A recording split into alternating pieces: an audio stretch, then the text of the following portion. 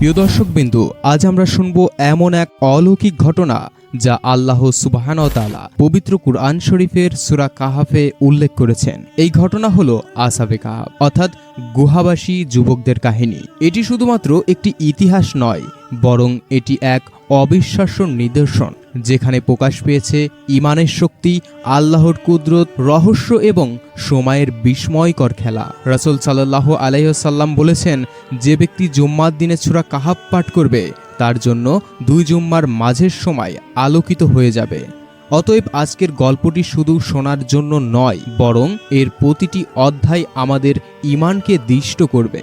তাই আজকের ভিডিওটি না টেনে সম্পূর্ণ দেখার অনুরোধ রইল। প্রাচীন রোমান সাম্রাজ্যের এক নিষ্ঠুর সম্রাট ছিল যার নাম দাকিয়ানুস। সে ছিল অহংকারী, জালিম ও মূর্তি পূজারী। সে দাবি করত তার নির্দেশেই আইন, তার কথাই সত্য। রাজ্যের মানুষদের সে বাধ্য করত মূর্তি পূজা করতে। যারা আল্লাহর একত্ববাদেই বিশ্বাস করত তাদেরকে সে শাস্তি দিত, জেলে ভরত কিংবা হত্যা করত। শহরের প্রতিটি মন্দিরেই অগ্নি জ্বলত, পূজার আয়োজন চলত, আর মানুষকে হুকুম দেওয়া হতো মাথা নত করতে। যারা অস্বীকার করত তাদের পরিণতি হতো ভয়াবহ। এমনই ঠিক সময়ে কয়েকজন যুবক সত্যের সন্ধানে আল্লাহর দিকে মন ফেরায়। তারা ছিল উচ্চ বংশ, কারো ছিল ধন সম্পদ, আবার কেউ ছিল রাজকীয় পরিবেশে বড় হওয়া যুবক। কিন্তু তাদের হৃদয়ে ছিল আল্লাহর ভয় এবং সত্যের প্রতি ভালোবাসা। তারা বুঝল এ রাজ্যের এই জুলুম আর শিরক সহ্য করা যায় না। তাদের কথাগুলো ছিল এমন, আমাদের পালনকর্তা তো একমাত্র আল্লাহ তাআলা, আমরা তার বাইরে আর কারো ইবাদত করব না। তারা রাতের অন্ধকারেই গোপনে একত্র হতো, আল্লাহর নাম স্মরণ করত, কুরআনের পূর্ববর্তী আসমানি কিতাব গ্রন্থ থেকে আলো নিত।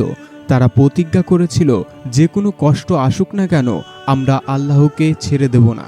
কিন্তু ধীরে ধীরে রাজ্যের গুপ্তচররা তাদের কার্যকলাপ জেনে যায়। খবর পৌঁছে যায় রাজা দাকিয়ানুসের কাছে। রাজা সঙ্গে সঙ্গে আদেশ দেয় যুবকদের ধরে আনা হোক। শহরে ঘোষণা করা হয় যে কেউ যদি এদের আশ্রয় দেয় তাহলে তাদেরকে কঠিন শাস্তি দেওয়া হবে। এই খবর শুনে যুবকরা সিদ্ধান্ত নিল তারা শহর ছেড়ে চলে যাবে।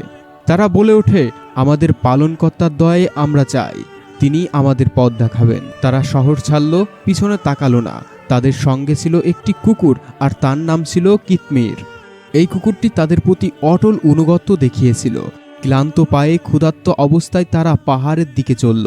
অবশেষে তারা একটি বিশাল গুহা পেল, আর সেই গুহাই হলো তাদের শেষ আশ্রয়। যুবকরা গুহার ভেতরে প্রবেশ করে আল্লাহর কাছে দোয়া করল, হে আমাদের প্রতিপালক, তোমার পক্ষ থেকে রহমত দান করো এবং আমাদের কাজের ক্ষেত্রে সঠিক পথ নির্দেশ দাও। মহান আল্লাহ তাআলা তাদের দোয়া কবুল করল। তাদের চোখে নেমে এলো এমন এক অলৌকিক ঘুম।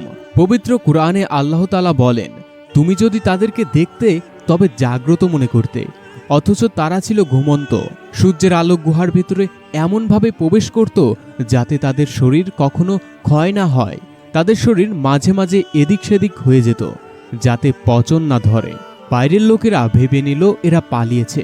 কেউ খুঁজতে গুহার কাছে এলে ভয়ে পালিয়ে যেত। অবশেষে গুহার প্রবেশ পথ বন্ধ করে দেওয়া হলো। তারা ঘুমিয়ে থাকলো শুধু 1 রাত 1 দিন নয়, বরং 309 বছর। অলৌকিকভাবে যখন আল্লাহ তাআলা তাদের জাগ্রত করলেন, তারা বুঝতে পারলেন না কত সময় পেরিয়েছে। তাদের একজন বলল, আমরা হয়তো 1 দিন বা আধা দিন ঘুমিয়েছি। ক্ষুধা লাগাই তারা খাবার আনতে শহরে কাউকে পাঠালো। সে হাতে দিল পুরানো রূপার মুদ্রা, কিন্তু শহরে পৌঁছে সে দেখল সবকিছুই বদলে গেছে। মানুষগুলোও অন্যরকম ভাষায় কথা বলছে, পোশাক বদলে গেছে, ভবনগুলোও অন্যরকম। যখন সে খাবার কিনতে গেল, দোকানদার তার হাতে থাকা মুদ্রাগুলো দেখে অবাক হয়ে গেল। সে বলল, এ তো কয়েক শত আগের কয়েন। খবর ছড়িয়ে গেল পুরো শহরে। এ যুবকরা অলৌকিকভাবে শত শত বছর পার করে বেঁচে আছে। শহরের লোকেরা ভিড় জমালো গুহার সামনে। আল্লাহর কুদরতের এই নিদর্শন দেখে সবাই হতবাক হয়ে গেল। রাজা ও আলেমরা এসে বলল, এরা আসলেই সেই যুবক যাদের কথা আমরা শুধু কাহিনীই ভেবেছিলাম। আল্লাহ সত্যিই তাদেরকে রক্ষা করেছে। যুবকরা মহান আল্লাহর কুদরতের প্রমাণ দেখালো। তারপর আল্লাহ তাদেরকে স্থায়ীভাবে মৃত্যু দিল। কিছু মানুষ বলল তাদের কবর বানানো হোক, আবার কেউ কেউ বলল না, আমরা মসজিদ বানাবো। আজও ইতিহাসে সেই গুহার স্মৃতিচিহ্ন রয়েছে। প্রিয় দর্শক, এই ঘটনার মধ্যে আমাদের জন্য রয়েছে অনেক শিক্ষা।